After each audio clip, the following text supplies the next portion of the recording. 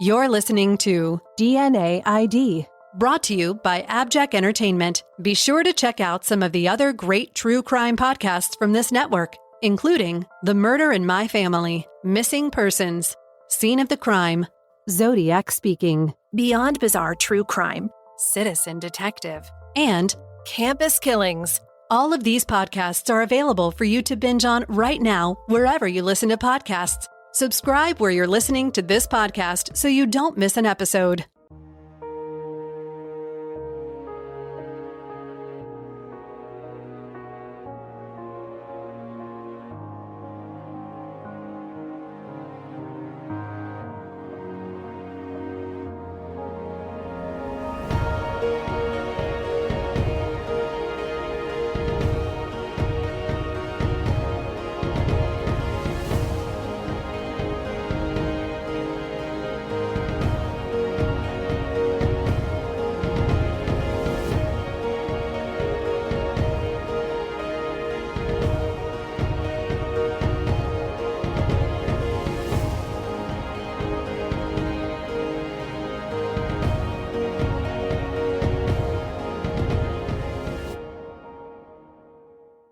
It was 1996.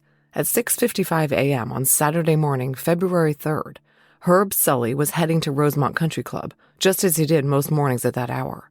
As he drove, he approached the Lil Champ convenience store and gas station in Lockhart, a community of about 13,000 residents within the greater Orlando, Florida metropolitan area. Looking at the store, Herb thought, that's odd. The convenience store wasn't open. All the lights over the outside fuel pumps and the lights inside the store were off.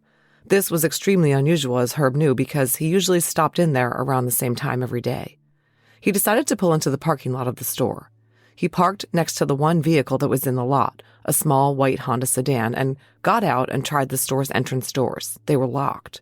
Peering inside, Herb saw no one, so he left, feeling uneasy.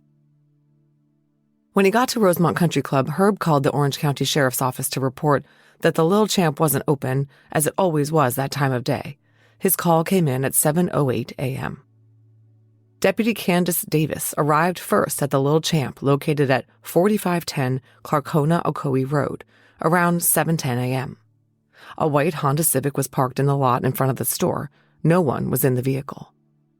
An armored vehicle was also in the lot with two men inside. They were Hilliard Kelly and Max Parker, drivers for the armored car company. They were about to pull out of the parking lot, but Deputy Davis stopped them. They informed her that they were there to make a scheduled pickup of cash from the store, but the store was locked and they were unable to make contact with anyone inside after knocking loudly on the door for several minutes. They noted that it was very unusual for the store lights to be off, the store darkened and silent. They had decided to wait in the vehicle for a few minutes to see if anyone showed up. Deputy Davis saw that just as the 911 caller had reported, the store's interior lights, the front sidewalk lights, the Lil Champ sign, and the gas pump lights were all turned off. She approached the store entrance door and sure enough found it locked. But Deputy Davis went on high alert when she saw what looked like blood on the door lock and more on the left-hand door bar. Shielding her face with her hands, she peered inside but couldn't see any signs of life in the darkened store interior. Deputy Davis radioed back to the Orange County Sheriff's Office and requested that the dispatcher call the store phone. They did, but no one answered. At this time, Patrol Sergeant Lynn Benke and Corporal Bruce Sorensen also arrived. They'd been informed about possible blood on the store door. After taking a look, the command personnel ordered that crime scene tape be put up around the store, securing the area. Corporal Sorensen spoke with the armored car drivers further. Max Parker informed the corporal that as part of his regular route, they stopped by the Lil Champ every morning. The store clerk on duty in the mornings was typically a manager named Terry. That morning, they'd arrived at 7:05 a.m. and found the store locked. Parker said it was very unusual for Terry not to be at the store by the time they arrived. In fact, it had never happened. Sergeant Benke and Corporal Sorensen started making calls to contact Lil Champ's senior management to come and open up the store. Roy Hassman, the district manager of the Lil Champ chain, arrived, but he didn't have a key. Another Lil Champ manager, Essie, from the Pearl Lake store, called an employee of the Lockhart branch, Roberto Aguayo, at home, asking him to please bring the keys to the store where he was a manager in training. While that was being done, Deputy Davis ran the registration of the white Honda that was sitting in the parking lot. It came back to a Terrence Paquette, the man who had been reported by Roy Hassman as the employee scheduled to open the store that morning. Deputy Davis had dispatch call Terry's apartment phone, but there was no answer. So she drove to his apartment located about a mile away and knocked loudly on the door. There was no answer. She headed back to the Lil Champ. Meanwhile, Sandy Kahn, a CSI deputy in the Orange County Sheriff's Office Forensics Unit, happened to be driving nearby and heard the radio call about possible trouble at the Lil Champ. She decided to take a detour over there to see what was going on. Then a man named Fred Arnett pulled into the parking lot. Fred was the Lil Champ night manager who had closed up the store the night before. Fred said he'd been driving his girlfriend Janet to her softball game at the nearby Legion when he saw the police cars and deputies and crime scene tape, as well as the district manager, Roy. Terry's car was in the lot, he noticed. Something serious was going on. Fred pulled into the lot and asked what was going on. He identified himself as the closer from the night before. The deputies asked if he happened to have his store keys on him. Well, he did. Using Fred's key, the deputies unlocked the door and went inside the store, telling the others to stay outside. Sergeant Benke, Corporal Sorensen, Deputy Candace Davis, and CSI Deputy Sandy Kahn went in, guns drawn. The lights were off, but the radio in the store was on. Coffee had been brewed. The pots were full and warm. But there was no one behind the counter. The store appeared empty. Sorensen, Benke, and Kahn went back to the short hallway leading to the walk-in cooler and bathroom. They had to use their flashlights as they proceeded toward the rear of the building, away from the windows in the front. The single bathroom was across an alcove from the large walk-in metal door to the beer fridge. On the floor outside the bathroom lay a bloody tissue. The bathroom door was closed, and blood was evident on the door's lower portion. When Corporal Sorensen pushed the door open, they found Terry. The unisex bathroom was tiny, and Terry's body took up much of it. He was lying face up on the tiled floor near the toilet. His feet were hit by the opening of the door. Stab wounds were evident all over Terry's upper body, and a giant slash was visible on the side of his throat. A piece of bloody tissue was stuck to his leg. It was evident that the man on the floor could not be saved. One glance told the experienced officers that. Nonetheless, Sergeant Benke felt for a pulse and then backed away and observed the bathroom. The walls were covered in blood. The toilet bowl had blood on it, and blood was pooled under Terry's body. A plastic trash receptacle next to the toilet was covered in blood smears and contained some bloody paper towels. The deputies checked the small, freestanding building for any other victims or the perp, and then they withdrew and waited for the homicide squad. Dr. Wilson Broussard of the medical examiner's office arrived at the Lil Champ around 12:55 p.m. He examined Terry's body, which was lying on his back, his right hand up by his face, his left arm down by his side. Dr. Broussard made a preliminary determination that Terry died of stab wounds to the upper abdomen and chest and a slashed throat. Terry's uncle, Elwin Parker, arrived at the scene at 1:25 p.m. I suspect he was called as the next of kin listed in Terry's personnel file. Elwin answered some preliminary questions about his nephew, reporting that he lived alone with his dog in an apartment complex a mile away in Rosemont. He knew of no problems that his nephew had with anyone. Dr. Broussard allowed Uncle Elwin to identify Terry. Given the state of Terry's body, that must have been terrible for him. Bill Stratton of the District 9 Medical Examiner's Office then took custody of Terry's body and placed him in the body bag for removal for autopsy. When he was brought into the autopsy suite, Terry was fully dressed. He was wearing a black and white sweater, a white t-shirt, tan-colored jeans, white socks, and brown shoes. All his clothes were soaked in blood, and his sweater and t-shirt had stab marks through the fabric. Dr. Broussard, who had examined Terry at the scene, was the pathologist who conducted the autopsy.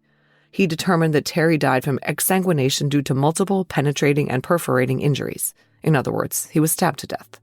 Terry was stabbed 73 times on his back, head, face, neck, torso, left bicep, left forearm, and right forearm, and some of the stabs had penetrated his heart and lungs. The neck wound was a large slash, and he also had a slash on his chin. He also exhibited defensive wounds on both hands and internal bleeding, indicating that he was alive when a large number of these stab wounds were inflicted. As for the weapon, the knife blade width was estimated at approximately 3/4 of an inch. Inexplicably, Terry had a large cut on the side of his kneecap that did not appear to have come from a knife. Terry's time of death was estimated to be between the hours of 11 o'clock on Friday night and the morning hours on Saturday. Not very specific. Dr. Broussard collected rectal, oral, and penile swabs from Terry, as well as fingernail clippings.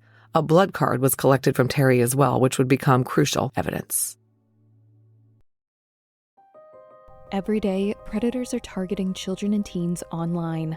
The Department of Homeland Security's Know to Protect campaign provides resources to combat online child exploitation and abuse. Learn how you can help protect our kids online and join the fight. Visit knowtoprotect.gov so together we can stop online child exploitation. That's KNOW, 2, protect.gov. I'm very sorry to say that I could find next to nothing about who Terry Paquette was as a person. Neither could the detective who closed this case, Brian Savelli. It seems most, if not all, of Terry's relatives have passed away. Terrence Leslie Paquette was born on October 1st, 1964 in Keene, New Hampshire. His mother's name was Elaine Skinner, who most recently lived in Gloucester, Mass. Before passing away. I couldn't find anything out about his father.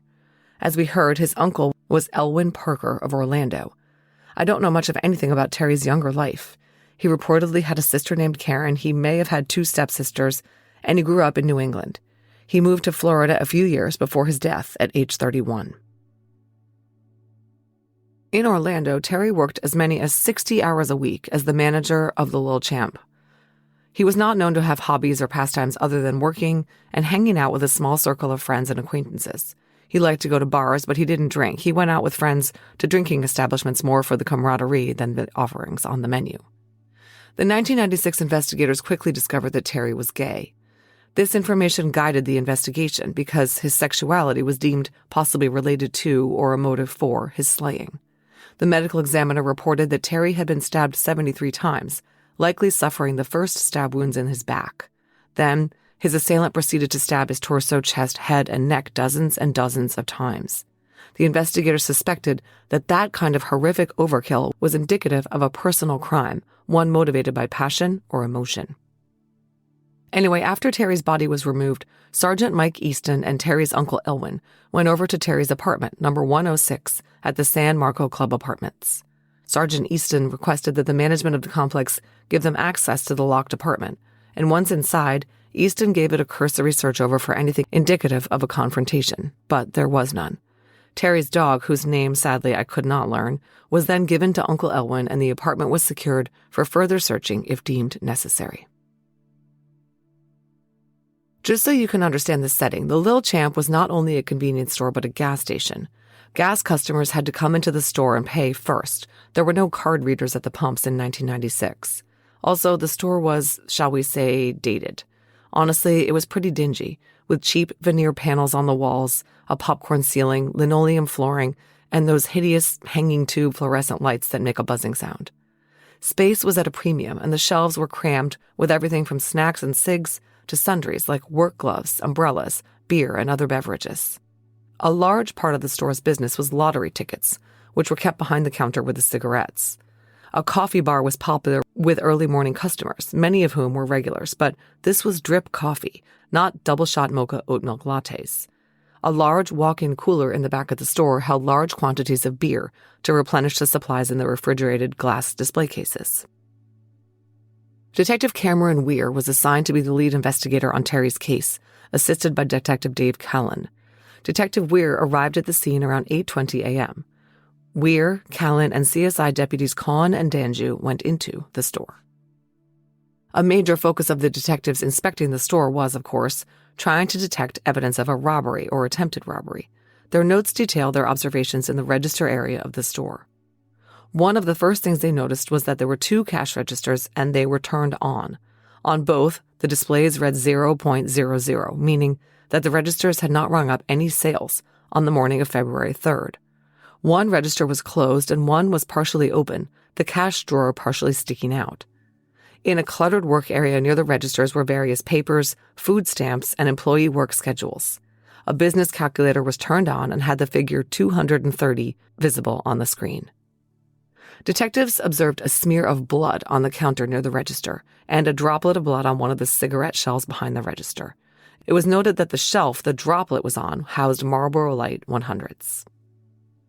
The detectives located a medium-sized metal safe on the shelving below the register. The exterior door of the safe was closed but unsecured. Opening it revealed 2 inner compartments. The right compartment contained rolls of change and oddly some plastic cups. The left compartment was a drop safe with a locking door.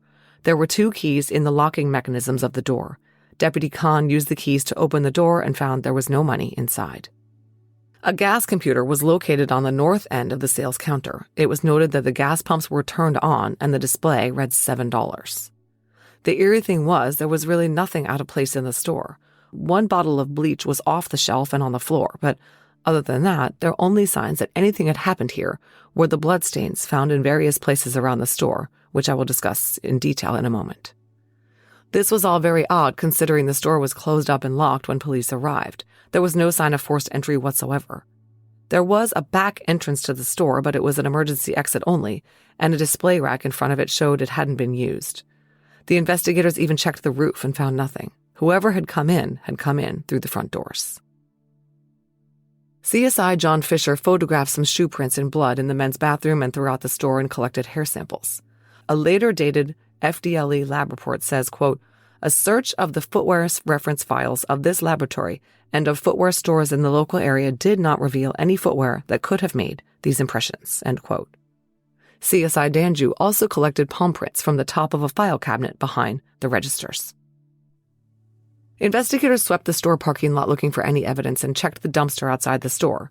In the dumpster, they found a garbage bag containing a used condom and a paper towel with a wad of hair inside it. Inside the trash bag with the stuff were various receipts and bills in the name of Jonathan S. Detective Weir tracked down and interviewed this Jonathan S. on February 28th. Jonathan said that on Friday the 2nd, sometime between 1:30 and 3, he went to the Lil Champ store to vacuum his truck out. But the vacuum was broken. While he was there, he threw a household garbage bag into the dumpster behind the store. He confirmed there had been a used condom in there and that there was a hairball from his cat in a tissue.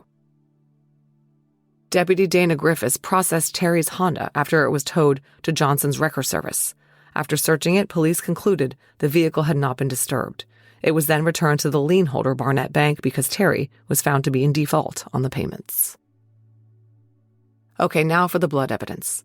It took crime scene analysts 2 weeks until the 15th of February to clear the store.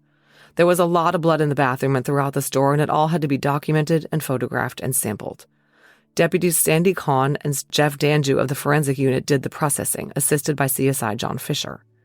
Based on the amount of blood in the bathroom where Terry was found, sprayed on the walls, puddled on the tile floor, and smeared on the toilet and on the trash can, it looked as though he had certainly been killed in the bathroom. It was noted that the toilet lid had been broken off and was found on the floor. I can only wonder whether Terry grabbed it and tried to use it as a weapon to defend himself as he was being stabbed, or whether there was a struggle within the tiny bathroom and the toilet seat somehow got broken in the melee. There was blood on the bathroom light switch that was swabbed for collection by the CSIs. Outside the bathroom were some bloody tissues or paper towels that looked as though someone had tried to clean up. These were collected and a hair was found attached to one of them. The blood on these paper towels would turn out later to be Terry's. Then there was the blood throughout the store. These were small smears or partially dried bright red drops, not large pools or sprays of blood. Near the bathroom, the CSIs observed fresh blood on the walk-in beer fridge metal door handle and on the large plastic flaps hanging in the opening of the fridge once the door was opened. Up at the front of the store, blood was found on the lottery machine behind the counter. There was also a little blood on the cigarette shelf, as I said. And then there was the blood that had initially been noticed by Deputy Davis when she tried to enter the store after responding to the 911 call. Tiny bits of blood were on the outside door frame, the lock mechanism, and the back side of the push bar of the entrance and exit door. When the lock mechanism was removed and examined in the lab, blood was detected actually inside the lock mechanism. There was a bloody print on the door that had a pattern on it that gave rise to the theory that the suspect had been wearing gloves made from some kind of knit fabric.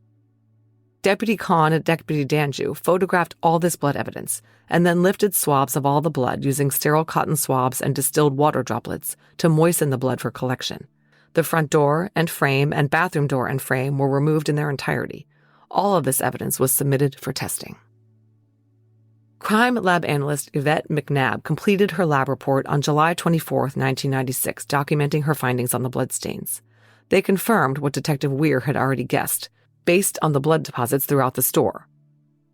Analyst McNabb determined the blood sample from the beverage freezer handle, the freezer flaps, the lottery machine, the key cylinder, and the push bar did not originate from Terry Paquette.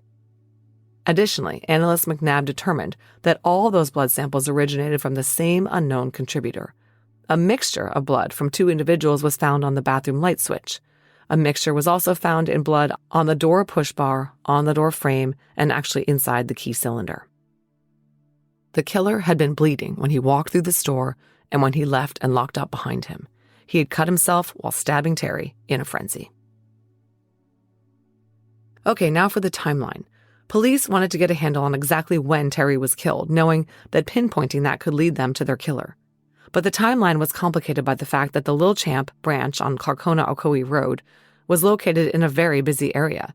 It was frequented by a lot of regulars, and these witnesses had a lot to report. Police learned that the Lil Champ typically had only one employee on duty at a time. There were exceptions for trainees like Roberto Aguaya, a Lil Champ manager in training who had worked a few times when Terry was on duty so Terry could show him the ropes. On Friday, February 2nd, the night before the murder, Roberto had worked as the sole clerk at the store until 6 p.m. At that point, Fred Arnett came in for the closing shift and Roberto left and went home. Fred, a teacher who worked at the Lil Champ at night or on weekends for extra money, told the police he had closed up the store a little after its 11 o'clock closing time on Friday night.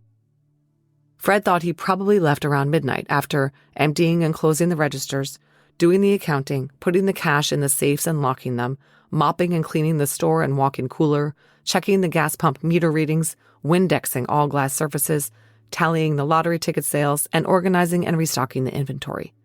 He did not clean the bathroom because it was routinely cleaned only about once a week, which is gross. Fred swore up and down that he had cleaned the store before closing it on Friday night. There was no way any of that blood that was found on Friday morning was there when he locked up and left the Lil Champ. This confirmed what police already suspected. The reddish-brown stains they had found were all fresh and related to the murder. Fred said when he left the store, as he typically did, he locked the door and set the alarm. Then he got into his girlfriend Janet's car with her and drove home for the night. The parking lot was empty at that time.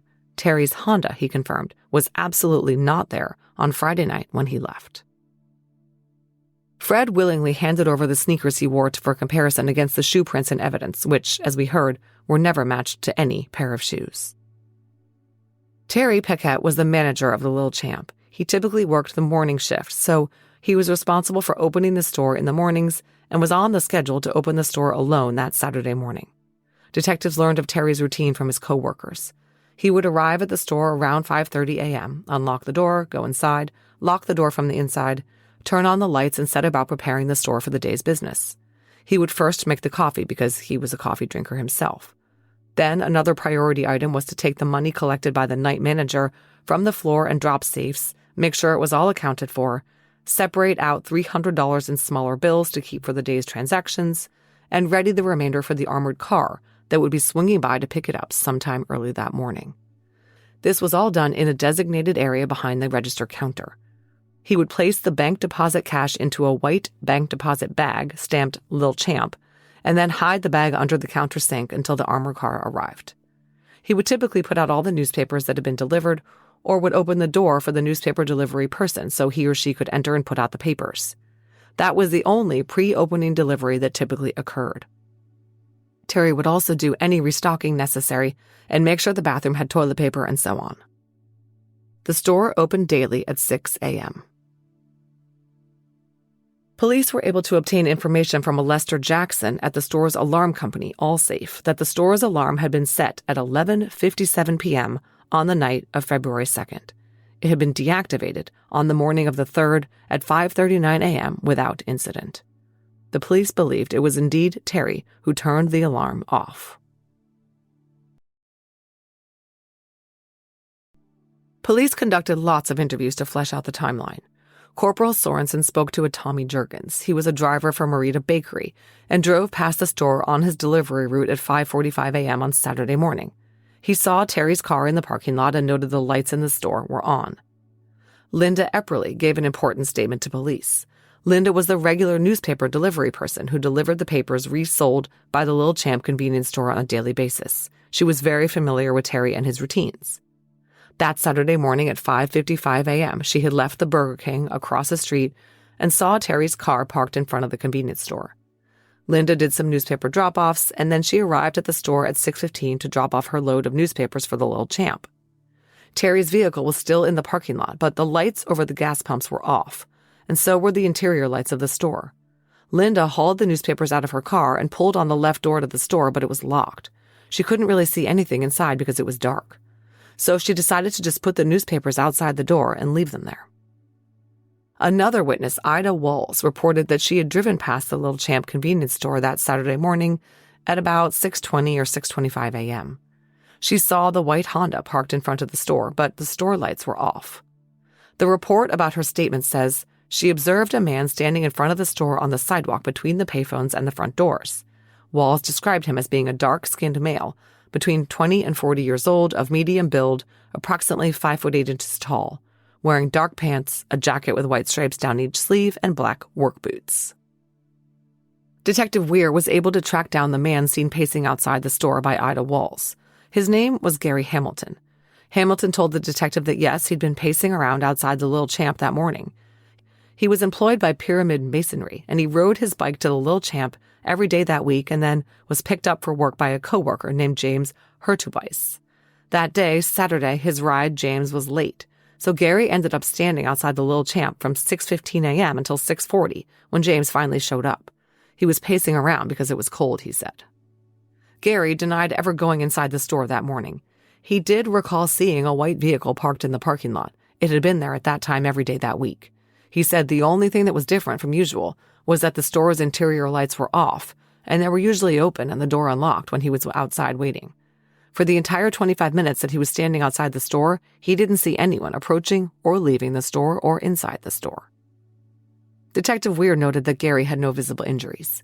He was fully cooperative and even agreed to give the officers his boots so they could be compared to the shoe prints found inside the men's room in blood. They didn't match. Detective Weir located the man whom Gary said was his ride to work that day and all week, James. He confirmed picking Gary up that morning around 6:45 and that the Lil Champ seemed to be closed with all the lights off.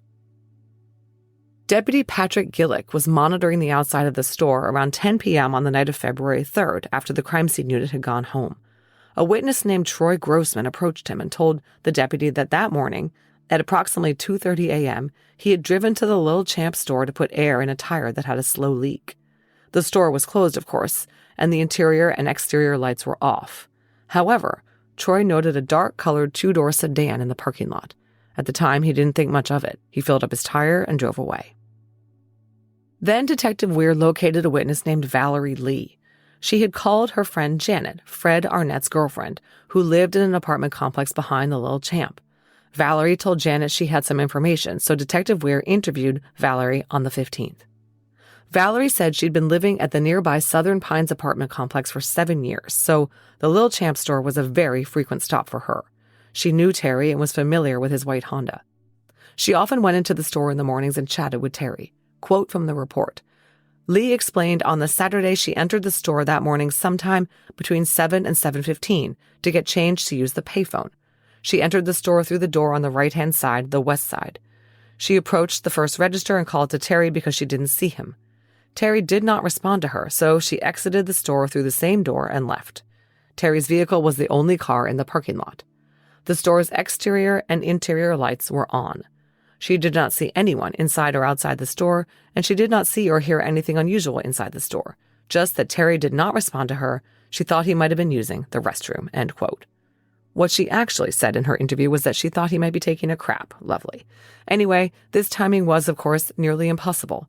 Deputy Davis had responded to the Lil Champ just minutes after 7 a.m. Valerie could not have sauntered into the store that everyone else found locked at that time. Detective Weir quizzed Valerie on the discrepancy. What he learned was that Valerie's power had gone off on Friday night for a period of 10 to 15 minutes. When it came back on, she reset the clock in her bedroom, but she was in the habit of setting it ahead 10 minutes. In the morning, when she got up and left for the Lil Champ, less than a 2-minute drive, she thought it was sometime between 7 and 7:15. This meant that her time estimate on that Saturday morning was way off. The detective knew that Valerie had to have been at the store before the door was locked by whoever locked it. Detective Weir's report says, quote, the actual time Lee would have left her apartment would have been approximately 6:50 a.m.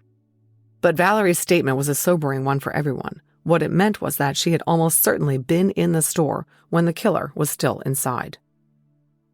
Detectives formed the theory based on all the evidence and witness statements that Terry had indeed arrived at the store and disabled the alarm system at 5:39 a.m. He had turned on the lights initially as they were seen by witness Tommy Juergens, the bakery truck driver. He made the coffee and got the cash out of the safe for the armored car pickup. By the time Linda Epperly tried to deliver the papers at 6:15 a.m., the lights were off and the door was locked. The doors were unlocked when Valerie L. entered the store probably just before 7 a.m. They were locked when the police arrived at just after 7 as well. So the window of time during which the crime occurred was estimated at between 5:39 a.m. and just before 7 a.m. Another witness whose statement was confusing to the investigators was Annette Bomar. Seeing all the crime scene tape, Annette stopped at the store parking lot and gave a statement to Deputy Davis. She said she had stopped by the Lil Champ that morning around 6:45 a.m., but the lights were all off and it looked closed, so she drove away. But Annette also said that she had been in the store on Friday night. She had arrived at the store around 11:20 p.m. to buy cigarettes. She paid with a $50 bill, and the clerk gave her change in $5 and $10 bills per her request. Annette's statement would raise some questions for the investigators because she told them that the clerk who helped her on Friday night was white. Fred Arnett, who claimed to have closed the store that night, was black. And he had said that he closed the store at 11, its closing time. Annette said she was there at 11:20. This was extra confusing because it was clear that Fred had closed the store that night. When they interviewed Fred, he said he had actually been scheduled to work on Saturday morning. Terry had been scheduled for the Friday night closing shift. On Wednesday or Thursday, Terry had asked him to switch. It was the only time he ever recalled that happening. Now, I know what you're thinking. It's 1996. There had to be surveillance cameras at the Lil Champ, right? No, there were none. All they had was an indoor system called a track camera, which was triggered and snapped several still shots if the last $5 bill in a certain slot of the cash register was removed. In the business, this $5 bill was referred to as the bait money. That way, if a store clerk was ordered to empty the register and hand over the cash, at least the clerk could ensure that the camera snapped photos of the person standing there by scooping up the $5 bill along with all the other cash. That was the extent of video surveillance. Further, it was 1996. Cell phones weren't common and Terry did not have one. There would be no helpful information there either. Roberto Aguayo gave the investigators a lot of information. He had only been a manager in training at the store for 5 weeks, but he knew all the ins and outs of the store, the security systems, and the safes. There were 2 safes in the store. One was behind the counter, and one was hidden in the floor under a floor mat behind the counter. The store rule was that no more than $40 in cash would be kept in the register during the day. Additional cash from transactions completed during the business day would be placed in the small drop safe under the counter. Then, after the closing tally, cash proceeds to be deposited in the bank would be put in the floor safe to await daily pickup by the armored car. In the safe on any given night or upon opening in the morning would be all the cash from the previous day's transactions, as well as lottery tickets, food stamps, and money orders. The floor safe had 2 doors. The outer door had a combination lock, and the inner door required a key. Terry, as a manager, would have had keys to the safe. Roberto had keys too, and so did Fred, who had to lock up all the money overnight. Furthermore, the combination was not a secret. It seems as though security could have been a little tighter than it was. Remember, the crime scene investigators had found the under-counter safe with an unsecured outer door and the inner door with 2 keys in the locks. Fred said he left it that way with the keys in it and rolled coins and lottery tickets inside, but that he had secured the outer door. Someone had opened it. Fred said he put the paper money and the food stamps in the floor safe and locked that, both interior and exterior doors. That, too, was found unsecured. The combination dial was unlocked. The second lid had 2 keys in its 2 locks, and they were both open. The cash in the floor safe was gone. Fred said he had certainly put cash in the form of bills in the safe when he closed the night before, but he couldn't recall the amount. Terry's wallet and checkbook were found by the CSIs behind the counter. The wallet contained no cash. Terry's keys were never found. They were believed to have had blood on them since blood was found inside the door lock mechanism that would have had to have been inserted via a key, and something else was never found. After all the accounting was done, on February 20th, the district manager, Roy Hessman, reported to Detective Weir that he had tallied up the amount of money that was missing, and it amounted to $4,454 that was probably contained in the floor safe. The investigation revealed that something else was going on. The Lil Champ had been experiencing shortages of both cash and missing merchandise, by some reports as much as $2,000 in a given accounting period. On March 13th, Roy Hessman met with Detective Weir to discuss the missing product that the inventory service, which conducted inventory audits at the stores, had detected as missing. For the time period of January, a product shortage existed of $644. For February, the audit revealed a product shortage of $2,115. The store was closed from February 3rd until February 22nd for crime scene detail, and then it reopened. The audit for the time period of February 21st to March 6th revealed a product shortage of $171. It wasn't possible to determine what was missing, and shoplifting is, of course, a common phenomenon in the retail industry that could definitely explain some of these shortfalls. But detectives wondered whether Terry, the manager, could have discovered someone responsible for the theft and there had been a confrontation. The Orange County detectives did all the usual things in the course of the investigation. They questioned and fingerprinted all the employees, who were not numerous. They were mostly Fred, Terry, the guy in training, Roberto, and some part-timers. They checked the logs for deliveries. All delivery drivers had to sign their loads in: beer, bread, lottery tickets, and so on. The recent drivers were tracked down and questioned for the most part. They searched Terry's apartment and checked all his mail at the post office box. They noted that he had no personal mail whatsoever, just bulk mail. They canvassed other retail stores and businesses in the area to see if anyone had seen anything. They tried to track down vehicles seen in the vicinity of the Lil Champ. After the murder, the store was closed for weeks, and when it reopened, Roberto was the new store manager. He said at first it was terrifying to work there with memories of Terry and the knowledge of what had happened. I have to think he thought about it every time he went to the bathroom. As I said earlier, the investigators placed a lot of emphasis on the 73 stab wounds inflicted on Terry. The crime was deemed to be highly personal, committed by someone who had a major problem with Terry. Terry had been targeted. And the detectives were definitely interested in the fact that Terry was gay. They tended to believe that either he had been killed by a man he'd been in a relationship with, or a man had killed him in a hate crime. They focused on Terry's personal life. Roberto Aguayo, who had worked at the Lil Champ for about 5 weeks, told detectives he was aware that Terry was gay, but that was irrelevant in the terms of his work. He said Terry was very professional with the employees and a very good and diligent manager. Fred Arnett, too, was aware that Terry was gay. It wasn't a secret, but it didn't impact things at work. Terry kept his personal life and his work life separate. Striking out with anyone at work having a beef with Terry, the detectives turned to his personal life. Detectives met with Muriel Wesley, the manager of the San Marco Club apartments where Terry lived. She confirmed that he was the only person on the lease of his apartment. This counteracted with a statement by Al Kubala, the head of security for the Lil Champ, who reported that Terry might have had a roommate named Preston W.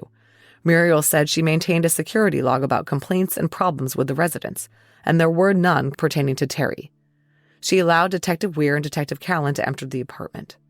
They observed there was no indications of any kind of altercation or dust-up inside, and there was no evidence of a second person living there. They collected Terry's answering machine tape and his address book. While the detectives were there, Terry's uncle Elwin Parker and his wife arrived to select clothing for Terry to be buried in. Later, the answering machine tape was reviewed and there were no messages. Terry's address book contained very few entries and nothing noteworthy. Detective Weir spoke with Terry's next-door neighbor, a man named Bob. He confirmed that Terry was pretty quiet and kept to himself. The only person he had seen visiting Terry was a male with collar-length, straight brown hair. Detectives made a note. Bob reported he and his girlfriend saw Terry on Friday night around 11:30 p.m. sitting on his patio alone smoking a cigarette. That fact and the lack of any evidence of trouble inside his apartment confirmed that everything went down at the Lil Champ after Terry arrived there on Saturday morning at 5:39 a.m.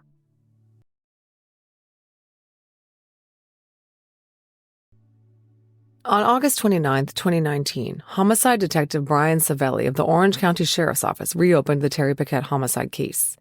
This was part of a push to reopen cold cases that had DNA evidence.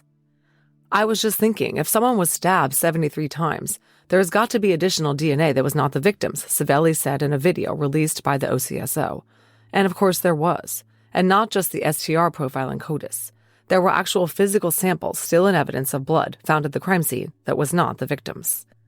In the fall of 2019, the Orange County Sheriff's Office requested the Florida Department of Law Enforcement, or FDLE, to assist with the case. In October, a crime lab analyst with the FDLE, Meredith McCaskill, conducted new DNA testing on the samples and evidence.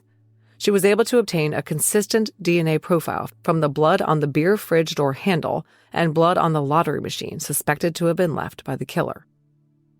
In Florida, familial DNA searching is a required precursor to forensic genealogy. But a familial search of the state's DNA database revealed no direct relatives of the unknown suspect and took a lot of time. So, the Orange County investigators started to pursue forensic genealogy. But first, they needed a SNP profile. Various samples sent to outside labs did not generate sufficient call rates to obtain a SNP profile suitable for genealogical research, so more testing was undertaken on all the samples. This all took ages and ages. Finally, in March 2021, the FDLE contracted with Othram Labs to try to obtain a SNP profile from the blood on the fridge door handle. Othram sequenced the raw data and created a SNP profile. The data file was provided to Debbie Abney of the FDLE for a forensic genealogy analysis. While all this was going on, Detective Savelli was reinvestigating the case, calling some witnesses to come in and talk with him. He noted that Doug F., named in the case file as an ex and close friend of Terry's, had not provided DNA standards to Detective McCann in the 2003 investigation. So on December 16, 2020, Detective Ramirez and Detective Savelli went to Doug's Orlando home. This is a quote from the report. The brief conversation with Douglas took place in his driveway. We briefly discussed the case of Terrence Paquette, and while doing so, Douglas appeared extremely nervous and sweated profusely. I asked Doug if he would be willing to provide his DNA standards. Douglas F. reported he would have to think about it and he would get back to me, end quote. The next day, Detective Savelli got a phone call from an attorney Doug F. had retained. He said he and his client would discuss the DNA matter and he would call back. He never did. So they decided to obtain surreptitious DNA from Doug F. On May 14, 2020, Orange County Sheriff's Office Corporal John Nutting and Detective Savelli grabbed some trash from outside the Eggleston Avenue home where Douglas lived. They snagged 3 Dasani water bottles. They submitted them to the FDLE crime lab for analysis against the DNA from the Terry Paquette murder case. On June 30th, Detective Savelli received Meredith McCaskill's report that the DNA was not a match. It's unknown why Doug F. continued to refuse to give a DNA sample, but it wasn't because he killed Terry. Okay, back to the genealogy. FDLE Senior Crime and Intelligence Analyst Supervisor Debbie Abney, who heads up the agency's forensic genealogy team, uploaded the SNP profile obtained by Othram to GEDmatch and to Family Tree DNA. Her team told me in an email, quote, "Because we were able to find connections on both sides of the family tree, it was a pretty straightforward genetic genealogy investigation," end quote. There were several DNA relatives in the database, representing both the maternal and paternal sides of the suspect's family tree. The top DNA relative shared 130 centimorgans of DNA with the suspect, a likely third cousin. Ms. Abney and her team built out the suspect's tree to the suspect's paternal and maternal great-great-grandparents, and then triangulated to find the intersecting marriage of Carol Ann Crawford and Kenneth Robert Stow Sr. Carol Ann Crawford and Kenneth Robert Stow Sr. were married on July 28, 1961 in Summit County, Ohio, and birthed 3 children, K.A. Stow, K.O. Stow, and Kenneth Robert Stow Jr. The couple divorced in 1979. The FDLE told me in an email, quote, "The 3 Stow brothers were considered possible persons of interest based on their position in the family tree and their geographical location at the time of the crime. The FDLE genetic genealogy team recommended that the investigative agency evaluate the Stow brothers," end quote. Only one of the sons had an address in Orange County, Florida in 1995 when he was 28 years old. He lived at 5360 Cinder Lane Parkway, apartment 76. Terry lived at 5575 Cinder Lane Parkway, apartment 106.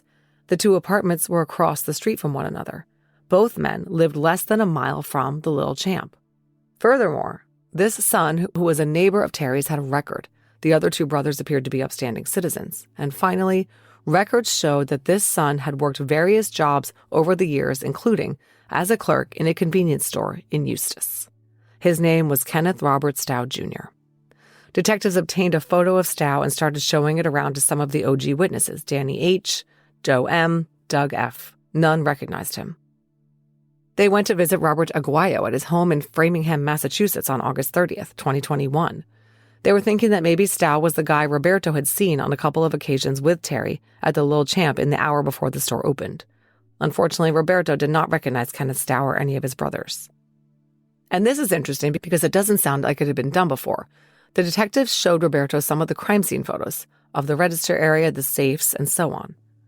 This from Detective Savelli's report, quote, "While going through the photographs, Roberto pointed out that the setting on the cash register supported the fact that Terry was in the opening process when he was potentially interrupted. He pointed to the fact that the key in the register was on the Z1 setting. Roberto recalled that this setting was used to run a sales report from the prior day, which he would need to do to clear it from the system to start a new day of sales. He pointed out that the number on the bottom of the receipt, 5:47, was the time of day the receipt was run." End quote. When they got back to Orlando, Corporal Nutting did some research into the cash register that had been used in the Lil Champ on February 3, 1996. It was a Sharp model ER2395. This from the report, quote, "The owner's manual for the register outlined the Z1 setting as allows resetting Z report of the daily sales totals. The owner's manual reflects that the numbers at the bottom of the receipt is in fact the time. The register used by Terry, the northern one, the key was positioned in the Z1 setting reflecting a Z reading, which was the weekly cigarette sales tally that was done on Saturday mornings. This confirms that Terry Paquette ran the sales report from the previous day at 5:47 a.m. and confirms the fact that he was in the process of opening the store when he was violently murdered. 5:47 a.m. is the last period of activity from Terry Paquette before he was murdered." End quote. A 2021 interview with Fred Arnett, in which he looked at the register photos, also supported the belief that Terry was in the process of opening the store when something happened. Okay, so the modern investigators just narrowed the timeline even further. They now knew Terry was alive at 5:47, and he was dead by the time the police came around 7. They shaved 8 minutes off the timeline, and they also knew for a fact that Terry had been going through his normal morning routine before he was killed. The question is, who came into the store? When detectives received Stow's name, he was living in an apartment at 605 South Grove Street in Eustis, Florida. On August 25, 2021, Detective Savelli obtained a warrant for a GPS monitor of Stow's vehicle, a 2007 black Chevy Equinox. Because he lived and worked in Lake County, Detective Savelli worked with Detective Conley from the Lake County Sheriff's Office on the probable cause affidavit. Judge Heidi Davis of the 5th Judicial Circuit signed the probable cause order for the GPS on August 25th. While Stow was at work on August 27th at Romac Building Supply on West Old Highway 441 in Mount Dora, agents installed the GPS device on his vehicle. Then they could easily track his movements. Detective Savelli began surveilling Stow. His goal was to obtain discarded DNA. He later said that basically Stow had a very simple life: work, convenience store, home, repeat, that kind of thing. On September 14th, he left Romac Lumber after work with a couple of co-workers in his vehicle. He stopped at a convenience store and then dropped the friends off near his house, and then he went home. But since Detective Savelli had been watching him for a few days, he knew Stow liked this convenience store at the Citgo at 2107 South Bay Street in downtown Eustis. So he parked there and waited to see if Stow would show up. It was a brilliant move. At 5:51 p.m., he saw Stow pulling his Chevy Equinox into the Citgo. He parked his car and got out and went into the convenience store. He made 2 trips into the store before finally exiting with a bag and getting into his car. Detective Savelli watched as Stow backed his vehicle beside the public dumpster on the south corner of the parking lot of the Citgo. He got out, went to the passenger rear door, and took out a gray plastic bag that looked like it had cans in it.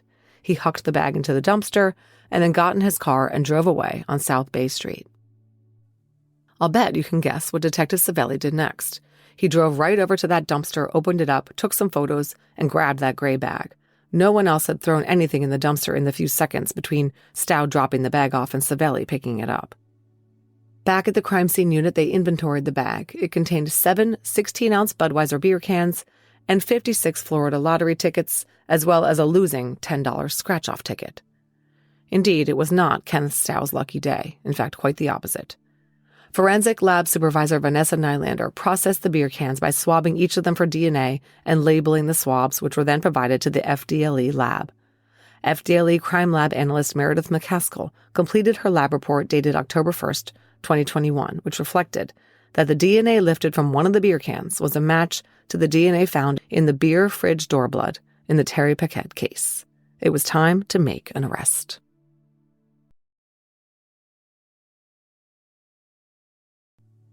Kenneth Robert Stow Jr. was arrested on November 2, 2021 at 10:30 a.m. at the Wells Fargo Bank in Mount Dora.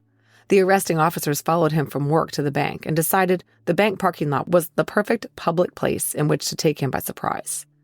The charges were first-degree murder with a weapon and robbery with a weapon, but they didn't tell Stow that. Sergeant Jonathan Chavis told Stow that he was being detained for fraudulent banking activity. They deliberately kept the grounds for his arrest from him to see if they could get him to admit to anything in his interview. He was brought to the Lake County Sheriff's Office to sit down with the Orange County detectives.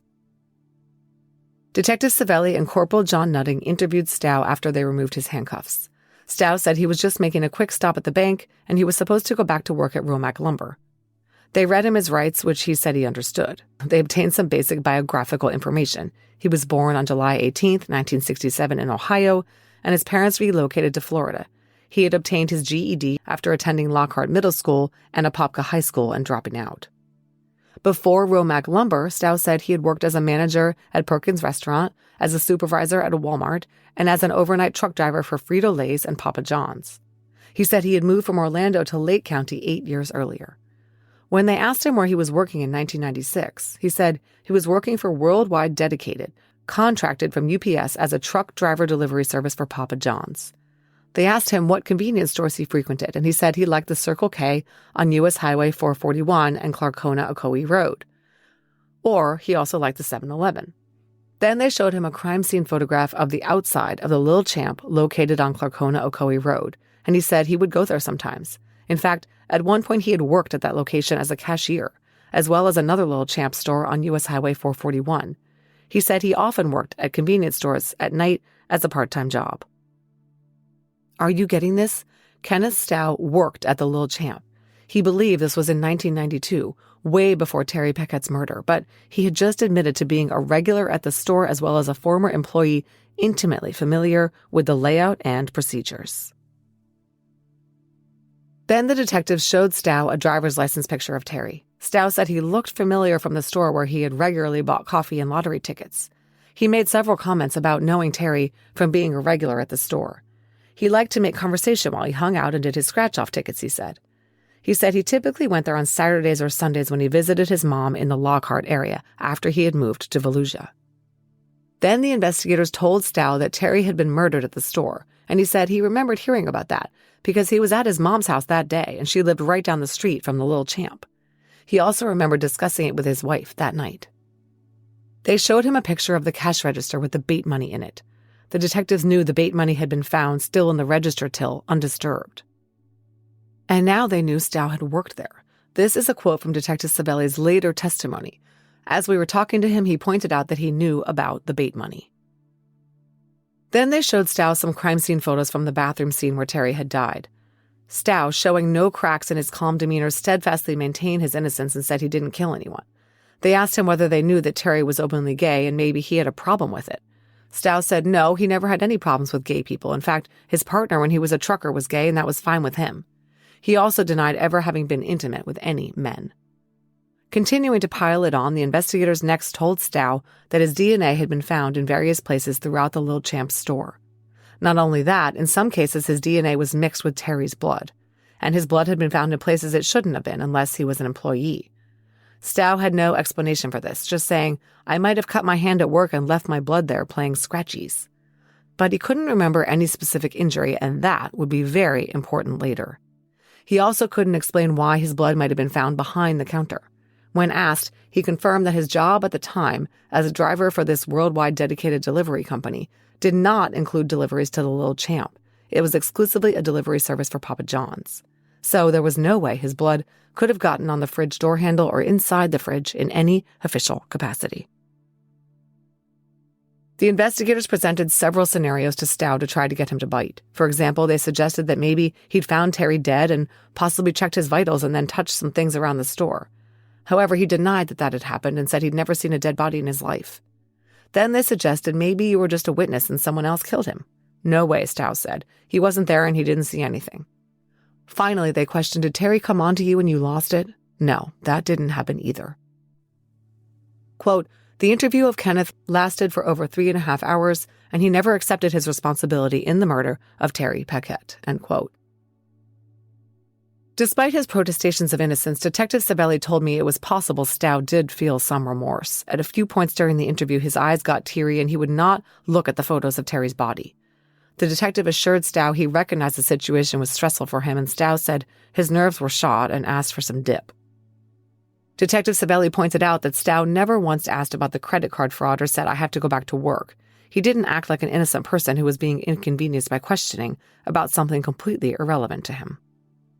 At the conclusion of the interview, they told Stow he was under arrest for the murder of Terry Paquette. He was handcuffed and driven by Orange County Sheriff's Deputy J.D. Hicks to the Orange County Jail, where he was officially booked on his outstanding murder warrant. DNA analyst Vanessa Nylander collected buccal swabs from Stow on November 3rd and sent them to the FDLE for analysis. Guess what? They matched. At a press conference announcing the arrest of Kenneth Stow for the murder of Terry Paquette, Sheriff John Mina pointed out that this case illustrated perfectly why his office created a cold case homicide unit in 2019. This was the first case solved by the cold case unit using forensic genealogy, and is also a case that would not have been solved without the use of forensic genealogy by the FDLE, Mina said. We never ever forget about these cases and we continue to work them. Just because there isn't a quick arrest doesn't mean we give up. Detective Savelli spoke about some of the details of the case. Debbie Abney of the FDLE's forensic genealogy unit gave a brief overview of the genealogy that was done. There was a lot of thanking those involved in bringing the case to a close. But of course, the investigative work was not over, far from it.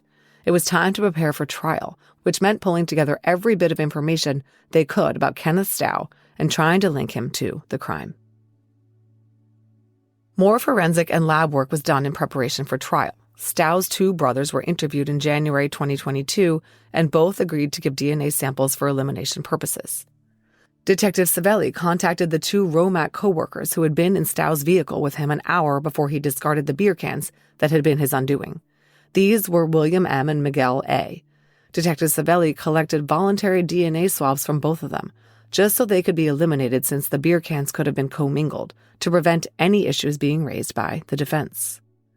Fingerprint examiner Carol Perry re-examined the latent fingerprints found at the crime scene and compared them to Stow's.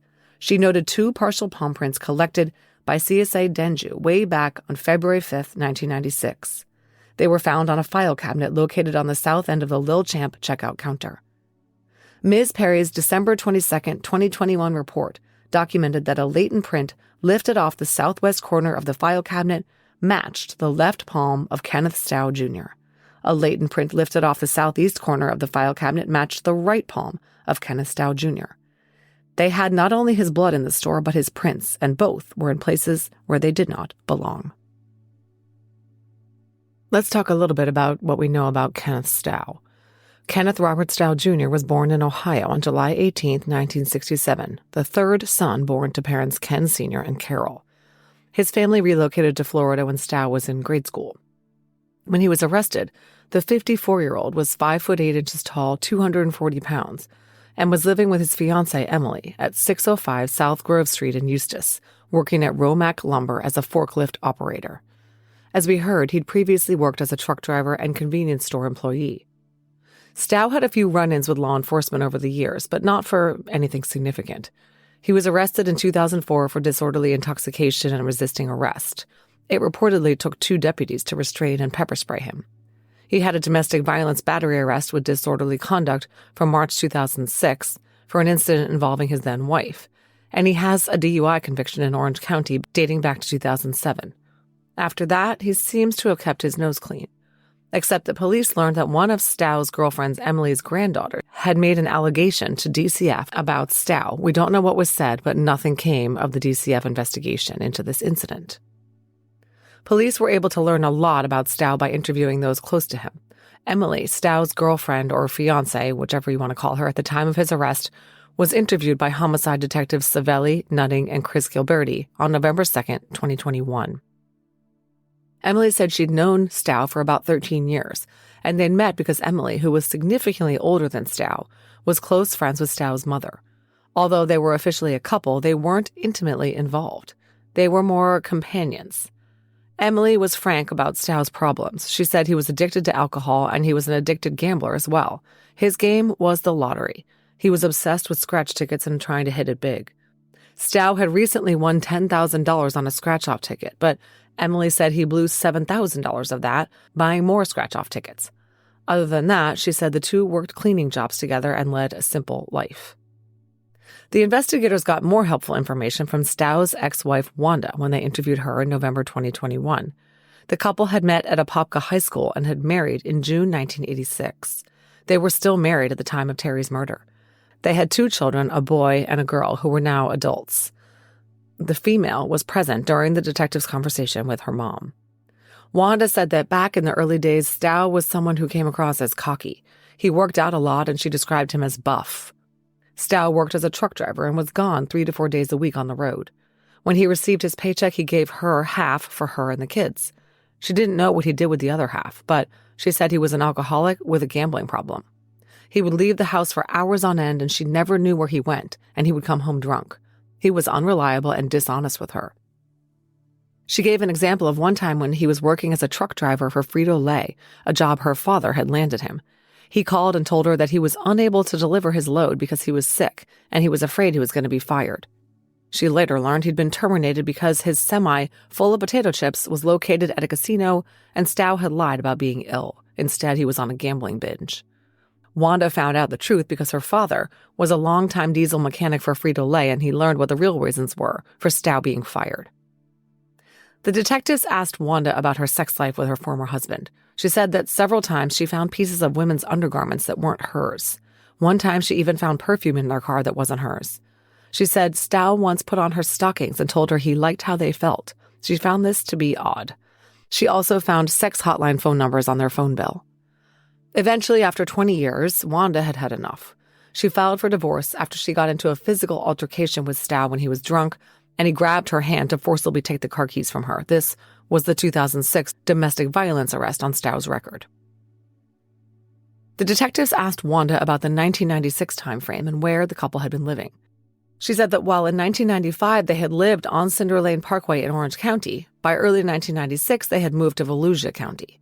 But Stow visited his mom every weekend, and she lived 3/4 of a mile from the Lil Champ. Terry had been killed on a Saturday. And then Wanda related something very important, something that I imagine made the detectives glance at each other in a gaudy moment. Wanda said that when they were living in Volusia in 1996, her husband came home with very deep cuts to both hands. This wasn't something that had ever happened before. The cuts were so bad, she made him go to a doctor, and he ended up having to have surgery on both hands. Afterwards, he had his hands wrapped in bandages for 2 weeks. Medical records had been purged by the time the detectives looked for them, so the exact time frame of when this happened could not be proven. But Wanda's testimony would go a long way toward proving that just as the investigators had always known, Terry's killer had cut himself during the murder.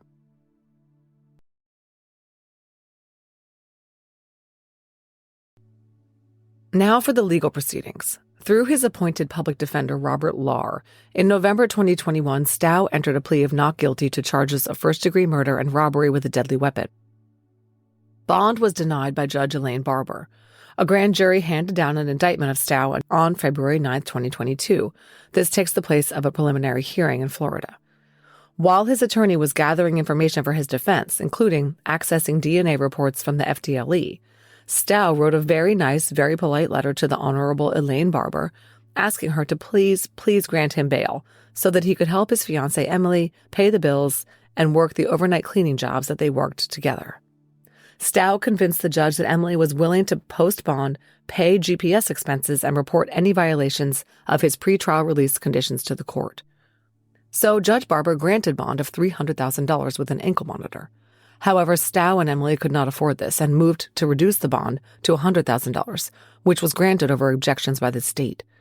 I don't know if Stow still couldn't afford that or what, because he did not post bond and remained in custody throughout the trial. While he was sitting in jail, Stow helped put the nail in his own coffin. In a recorded jailhouse phone call with Emily on December 31st, 2021, in which they were discussing the DNA evidence, he said, quote, "I was there. I'm not saying I wasn't there the day he got killed." The detective's ears perked up. Detective Savelli's report states, quote, "This contradicts his sworn testimony to detectives on November 2nd, 2021, when he told detectives he was not there," end quote. The case marched toward trial. For some reason, Judge Barber was replaced by Judge F. Rand Wallace. Stow was offered a plea deal by the Orange County prosecutors, but he declined it. He and his attorney felt that they had a good chance of getting acquitted at a jury trial. After all, he was a gambler. Court opened at 9:08 a.m. on August 21st, 2023 with voir dire. The Honorable F. Rand Wallace presided with Frank George and Christine Lindsay for the state and Robert Lahr and Benjamin Flieger, public defenders, for the defendant. After the jury was selected and seated, Mr. George gave the opening statements for the prosecution. He told the jury that the element of first-degree murder, premeditation, requires just a moment's reflection. Stow stabbed the victim 73 times. That's 73 moments he had to reflect. George pointed out that only the defendant's blood was commingled with the victim's, no one else's. Quote, "He's had blood on his hands for 27 years or so. That ends this week. We'll be asking you to return a verdict of guilt." Mr. Flieger gave the opening statement for the defense. He conceded that it was indisputable that Terry Paquette was murdered in the store and that Stow had been in the store. He had lived in and visited the area and was a customer. He was a trucker who delivered loads all day, the kind of work that might cause a hand injury. And the only evidence he committed the murder is that his blood was there. DNA is very sensitive, and minute amounts can be detected, and his blood could have been there from any time in the past. Stow was just at the wrong place at the wrong time, Flieger told the jury. The state's first witness was retired Orange County Sheriff's Captain Lynn Benke. She talked about finding Terry's body and noting the blood in the store. Candace Davis, the first responder, testified about the same. Dr. Josh Stephanie, a forensic pathologist with the District 9 Medical Examiner's Office, testified after reviewing Dr. Broussard's autopsy report and the photographs of the autopsy that Terry died from 73 individual sharp force injuries, aka stab wounds, to his upper body. Fred Arnett Jr. testified that when he closed the Lil Champ store that Friday night, February 2nd, 1996, he thoroughly cleaned it per protocol. The blood on the refrigerator door handle, inside the fridge, on the lottery machine, on the floor, on the light switch, none of it was there the night before. Not to mention the scene in the bathroom. He locked up with his keys, set the alarm, and left. No one was in the store. Sandy Kahn and Jeff Danju, the CSIs who collected all the blood samples from within the Lil Champ, testified about their procedures and identified the photographs Danju had taken at the scene. Vanessa Nylander, the Orange County Sheriff's forensic manager who conducted testing for the cold case review team, testified about retesting the old evidence to see what was still viable. She swabbed the light switch, which had never been done. Then, in September 2021, she swabbed the beer cans collected surreptitiously from Kenneth Stow and identified consistent DNA on beer can number 3. Detective Savelli testified that even though they had limited DNA testing in 1996, the contemporary investigators knew that someone other than Terry was bleeding at the crime scene inside the Lil Champ store. Wanda R., Kenneth's ex-wife, testified about the cuts to his hands that had to be operated on by a specialist and about his drinking and gambling habits. The prosecution wanted to ask her whether Stow was homophobic, but the defense objected and the judge wouldn't allow it. But that question went to the state's theory of the case, that there were undertones to the stabbing murder of Terrence Paquette that related to his homosexuality. In fact, the court granted a defense motion in limine seeking to prevent the prosecutors from asking any questions about whether Terry's slaying was a homophobic hate crime. John Carson testified about being a driver with Stow at Worldwide Dedicated Trucking in 1996. He was called to testify that he never knew Stow to get injured at work, and certainly not with significant cuts to his hands. He addressed the fact that their loads were wrapped in cellophane. The bundles did have metal bands attaching them to the pallets, but neither he nor Stow had anything to do with those metal bands. Robert Vaughn, the latent print examiner for the Orange County Sheriff's Office, testified that when he compared the prints taken from Kenneth Stow upon his arrest with the photos of the palm prints from the filing cabinet in the Lil Champ, he was able to determine that the prints came from Stow. Then it was time for the DNA expert. This was Meredith McCaskill, a biology DNA crime lab analyst at the FDLE. About her comparison of the fridge door DNA sample to the beer can sample, Ms. McCaskill testified, quote, "The observed partial DNA profile is 700 billion times more likely to occur if the sample originated from Kenneth Robert Stow Jr. than from an unrelated individual," end quote. The same ratio was found for the lottery machine sample. For the sample from the refrigerator flap, the number was 390 million times more likely.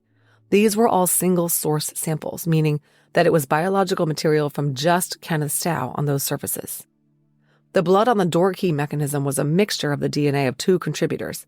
One was consistent with Terry, and the other was 700 billion times more likely to have originated from Kenneth Stow than any other individual.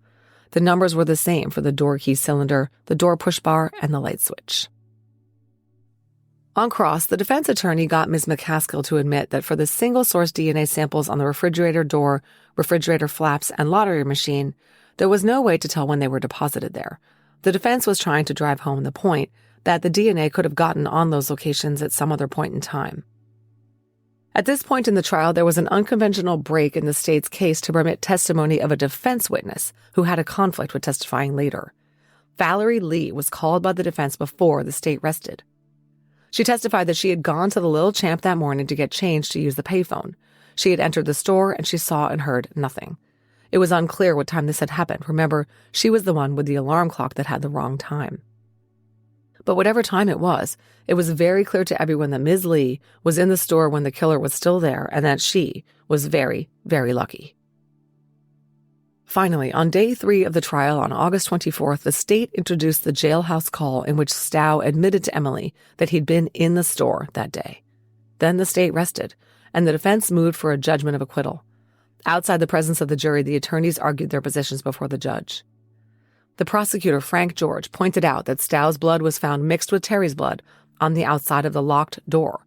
That proved that Stow had been in the store where all the blood was.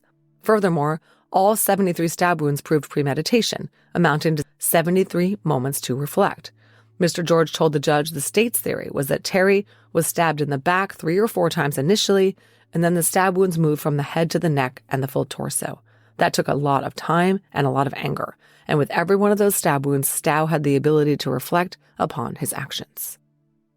The defense argued that there was no way to know whether the first stab wound killed Terry. If it had, then with the remainder of the stab wounds, 72 of them, there was no premeditation because he was already dead. This directly counteracts the autopsy report that said that Stow was still breathing when some of these stabs were inflicted, but whatever. The judge considered all this and then denied the motion for a judgment of acquittal.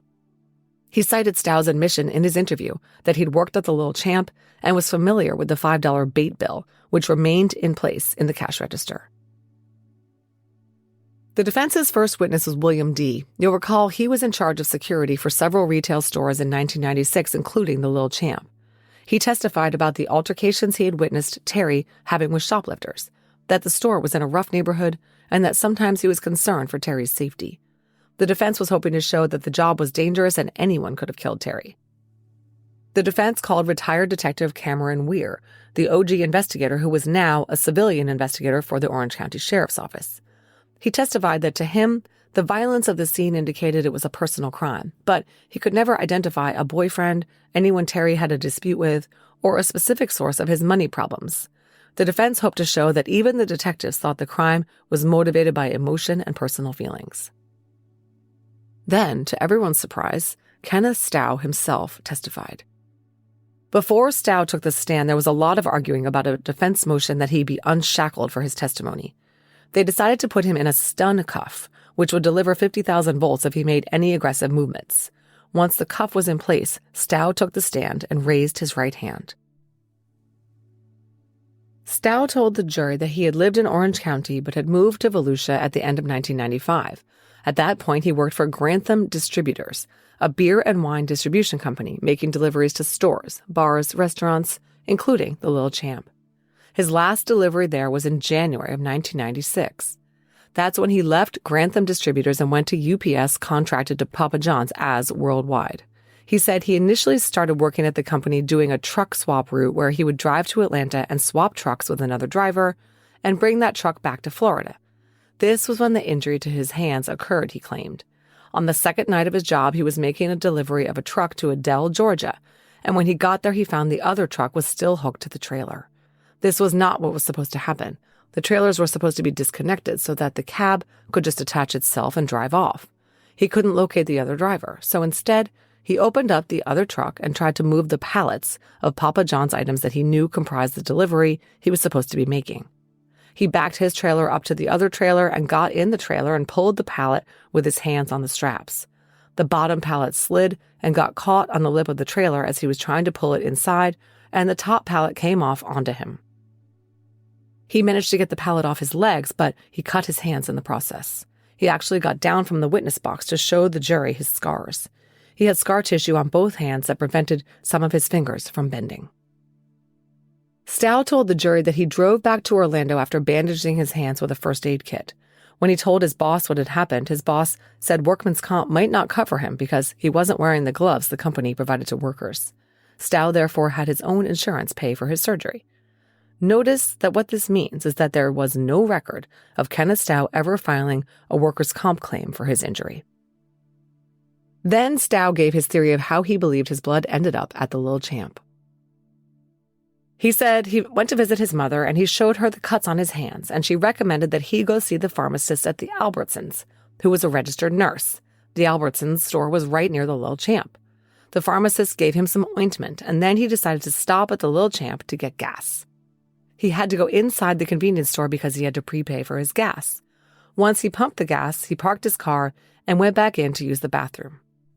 He washed his hands, dried them with paper towels, and then he went back to the cooler in the stockroom area and grabbed a 4-pack of beer.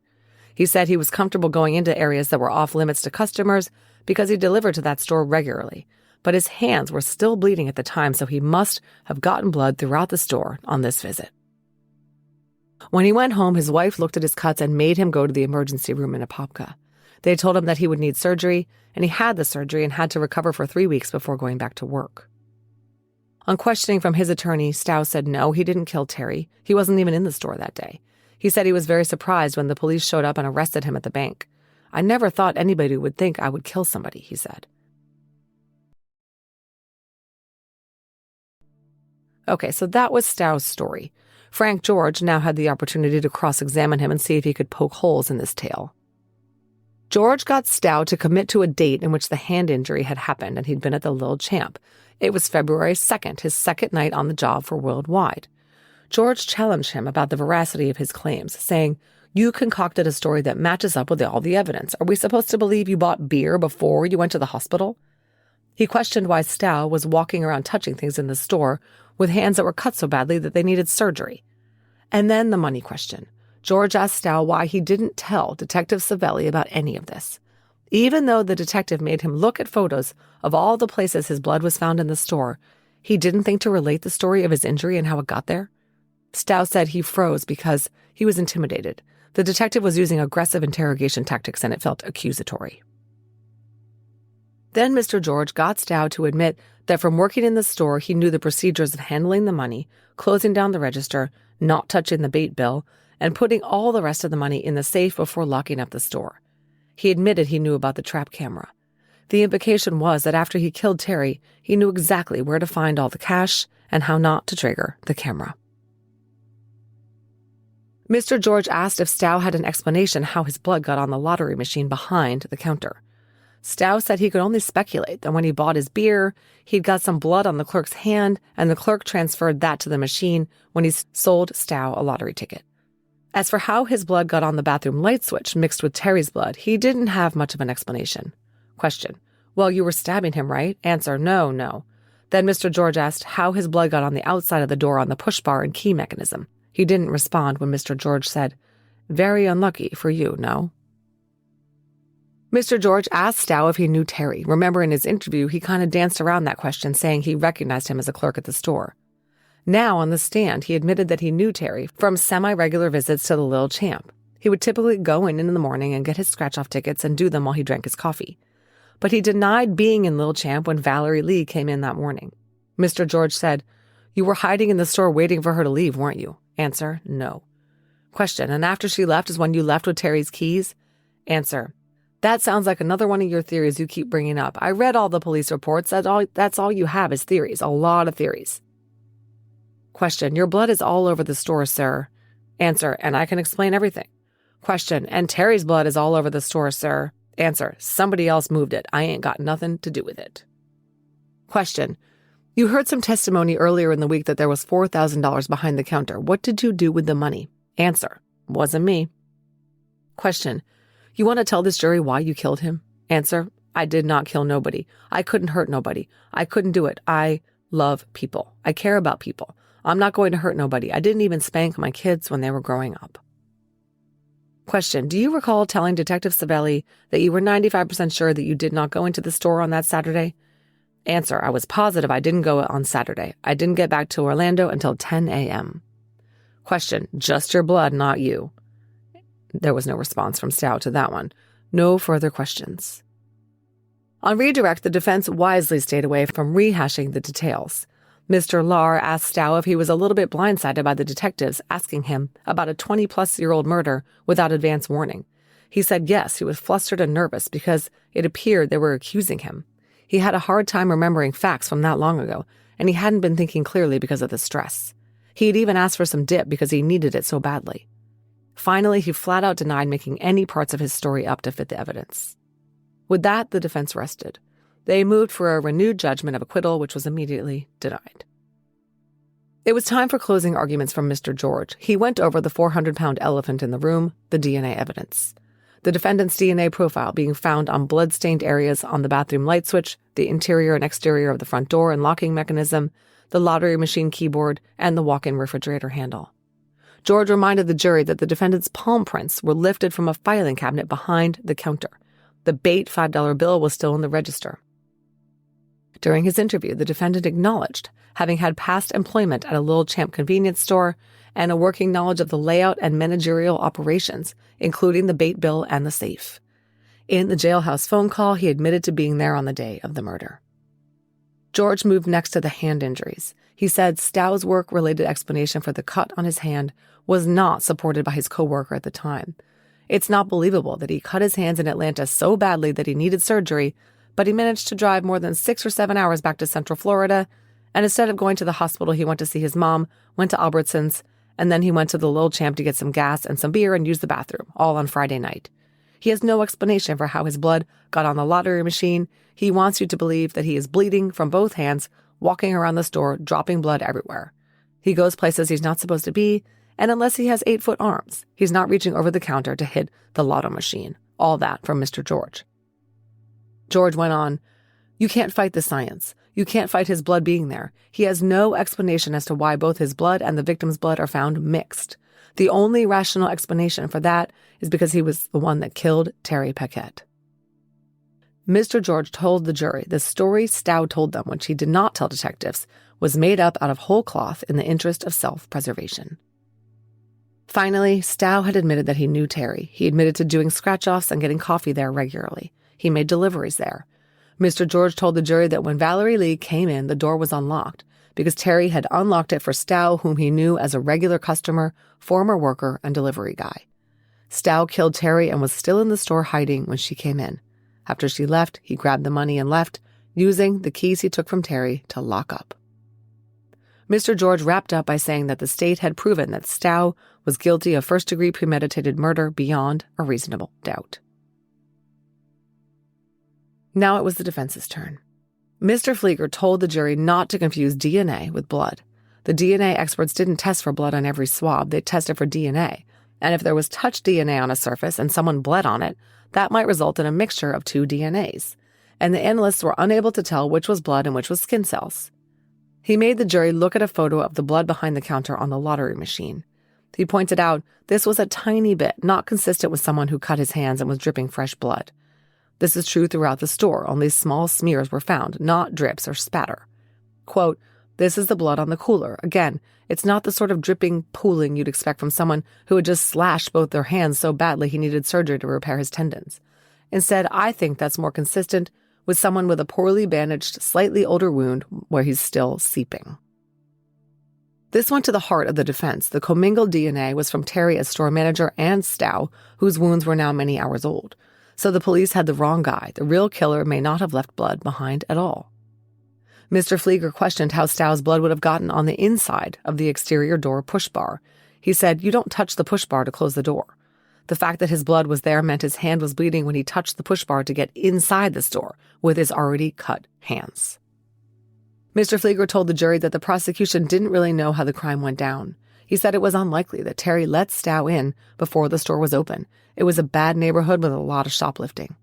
He said it wasn't realistic to think Valerie Lee came in and Terry was being stabbed and not making any noise, or that Stow was hiding. And this went to the next point Flieger wanted to bring up, another potential suspect. He told the jury about Fred Arnett, the co-worker of Terry's who worked opposite shifts. While Fred worked there, the store had a continual shortage problem. It was perhaps a case of employee theft, and Fred admitted that he had been required to attend a meeting about these shortfalls in inventory and cash. Quote, "And so after that meeting, Fred Arnett was concerned that the manager of the store was going to discover and implicate him in this employee theft, so he came up with a scheme. He knew Terry was going to work Friday night. He would go there after hours, after it normally closed, and he would murder Terry so he wouldn't be discovered. He knew the safe code. He even knew the security code. And the one thing if anyone would open the door for if it was supposed to be locked is a fellow employee." Flieger went on, "So either Fred lets himself into the store or Terry lets him in. Fred kills Terry, and he has not cut himself because there is none of his blood in the store. He didn't leave his own blood behind. That's why he was able to turn off the lights without leaving blood behind. That's why he was able to open the safe without leaving any blood behind. There's no blood on the safe, not even Terry's. The other thing Fred knows is not to take the bait money, the $5 at the bottom of the till that turns on the camera."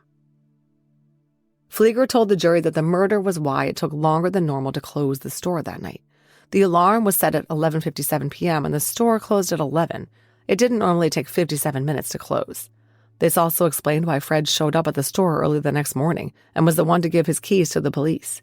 He came by to see if anyone had found out what he had done. Flieger went all in on trying to convince the jury of the viability of his alternative suspect explanation. He reminded the jury of Detective Weir's testimony that the investigation decided up front it was a personal issue. Even though it was a bad neighborhood and even though Terry had gotten into verbal confrontations with people, the police made no effort to identify those people, Flieger said. They focused instead on people who knew Terry, his friends, somebody he was dating. So they never served a search warrant on Fred's house to see if he had some of the missing money or the murder weapon.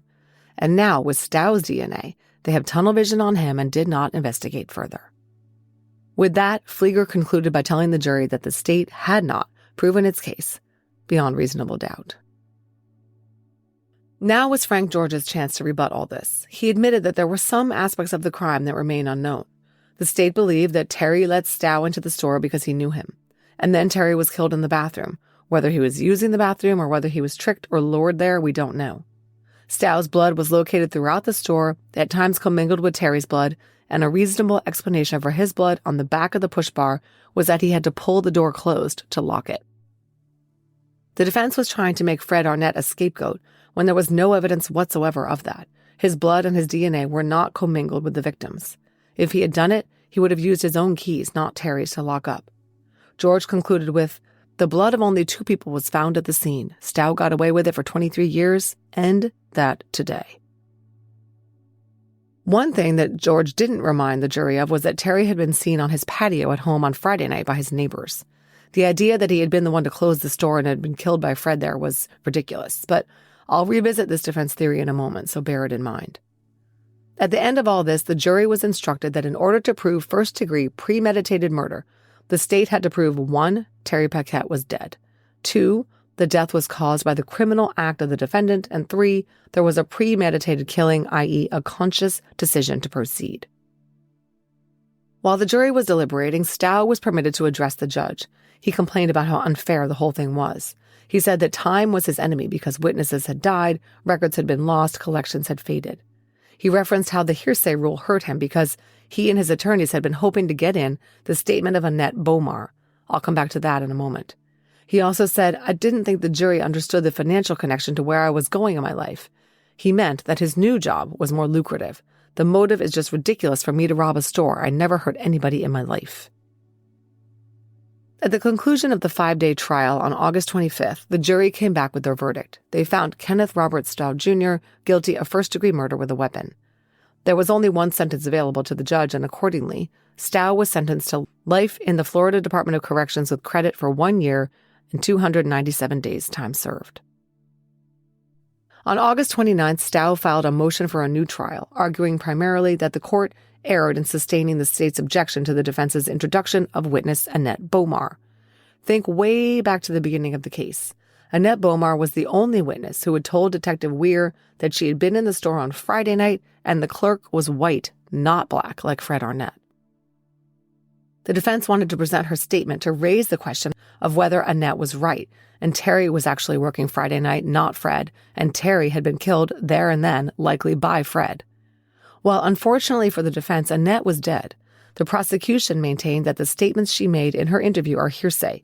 Statements made out of court offered to prove the truth of the matter. I'm simplifying, but you get the idea. Since Annette was dead, her statement to Detective Weir was inadmissible hearsay, and it was not allowed in at trial. Now, the defense is asking the appeals court to reconsider the trial court's ruling on this. They believe that Annette's statement would raise reasonable doubt, possibly calling into question whether Fred could have really been the one who killed Terry. We will have to wait and see what happens, but I'm not too worried. So what actually happened on that Saturday back in 1996 when 31-year-old Terry was stabbed 73 times in the Lil Champ bathroom by 28-year-old Kenneth Stow Jr.? We really don't understand what went down or the motive. We know that Stow and Terry were neighbors. Stow admitted that he liked to frequent the Lil Champ early in the morning when he lived a mile away on Cinder Lane, and then after he moved to Volusia on weekend mornings when he was visiting his mom nearby. He got coffee and played the lotto, chatting with the clerk Terry, whom he grudgingly admitted he recognized. Some investigators believe Stow was the guy who appeared homeless, whom Terry gave coffee and cigarette handouts to. It is not totally out of the question that Terry had a crush on Stow. Some, including some prosecutors on the case, theorize that Stow was possibly involved with Terry. Perhaps they went to have a sexual encounter in the bathroom and something went horribly wrong. But the investigators arranged for testing on all the swabs taken from Terry's autopsy, the oral, anal, and penile swabs, and his clothing, which was not disrupted in the murder. They found no evidence of sexual activity whatsoever. Terry was not raped, and there does not appear to have been any kind of sexual encounter at all. In the alternative, perhaps it was a hate crime after all. Maybe Stow was homophobic. Maybe Terry expressed interest in Stow and Stow lost it, the kind of reaction raised in a so-called gay panic defense. But Stow didn't go there, even when Detective Savelli opened the door for that in their interview. The detective has a different theory, which he shared with me, one that I had not considered. Stow decided to rob the Lil Champ. As a former employee, Stow would know that the cash on hand first thing on a Saturday morning was likely a significant amount. In this case, it was believed to be over $4,000. Wanda, Stow's ex-wife, told the detectives that her ex had a gambling problem and was always in need of cash. He also was a drunk, and that combination can make people resort to desperate measures. Detective Savelli thinks it's possible that Stow proposed to Terry that they stage a robbery. Stow abscond with the money with a cut for Terry, and Terry call in a holdup.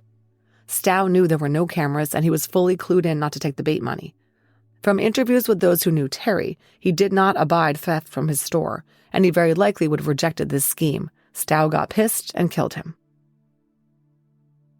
I personally think that we should not rule out that Stow simply planned to kill Terry out of greed and avarice. I consider it plausible that Terry trusted Stow enough to let him into the store, and Stow took advantage of that. When Terry went into the bathroom, Stow said something like, "I'll watch the storefront," and instead he waylaid Terry in the john and killed him so he could rob the place. It seems that Stow had not left any kind of vehicle outside the store. There were many reports that only the white Honda, Terry's car, was there. To me, that's indicative of pre-planning. Stow did not want anyone seeing his car at the Lil Champ that morning. Stow was almost nailed when in the midst of all of this, Valerie Lee entered the store and found it quiet and empty. But Stow was there. She heard no sounds of fighting, screaming, struggle, or thuds from the back of the store. It's likely at this time Terry was already dead. Stow was ransacking the store and saw Valerie's car pull into the lot. He ran and hid inside the beer cooler, leaving blood on the handle and the plastic flaps. When Valerie left, he grabbed the cash and maybe some cigarettes and beer, took the keys from the register area or Terry's pocket, and left the store, locking the door behind him to delay discovery. I'm sure the keys were in a dumpster within minutes. We know that robbery was at least a partial motive because the cash was missing from the safe, but the scratch-off and lottery tickets traceable to the store were not stolen, and the bait bill was tucked safely into its slot. Even if this theory is correct and it was all part of a plan, it's safe to say Stow did not plan on cutting himself. If he hadn't dripped and smeared his blood all over the store, he would probably never have been caught. His name was nowhere in the case file. He was never named by anyone. He was home free. Until DNA technology caught up with him, and now he's where he belongs. After 25 years, Terry Paquette's case is closed thanks to forensic genealogy. And if you're one of the bad guys, they are coming for you. Thanks a ton to Orange County Sheriff's Detective Brian Savelli for speaking with me about this case. Recently, I let listeners know about a new benefit available to them called an AbJack Insider subscription that's available through Apple Podcasts. An AbJack Insider subscription will give listeners ad-free access to every bit of DNA ID content published, both past episodes and future episodes. It will also give you benefits like early access and bonus content. Head over to Apple Podcasts and click on the DNA ID show page or the AbJack Entertainment channel to start a free trial. Thanks for listening to this episode of DNA ID. If you'd like to listen to the show ad-free and help support the show in the process, please head over to patreon.com/DNAID. And if you're interested in some fun DNA ID merch, visit the store at customizedgirl.com/s/DNAID podcast. To contact the show, please email us at dnaidpodcast@gmail.com. Follow us on social media at DNAID Podcast on Instagram, at DNAID Podcast on Twitter, or on Facebook at facebook.com/DNAID Podcast. Finally, if you want to visit our website, go to DNAIDpodcast.com. You'll be able to get all the episodes of the show, leave comments on episodes that I can respond to, and you can even leave voicemails. You'll get all the latest news about the show and important updates. Find links to our social media, merch, and a lot more. It's really your one-stop shop for everything DNA ID. DNA ID is written, researched, and hosted by me, Jessica Betancourt. It's produced by me and Mike Morford of AbJack Entertainment. Music by Connor Betancourt. Check out our other collaborative podcasts, Scene of the Crime, Missing Persons, and Beyond Bizarre True Crime.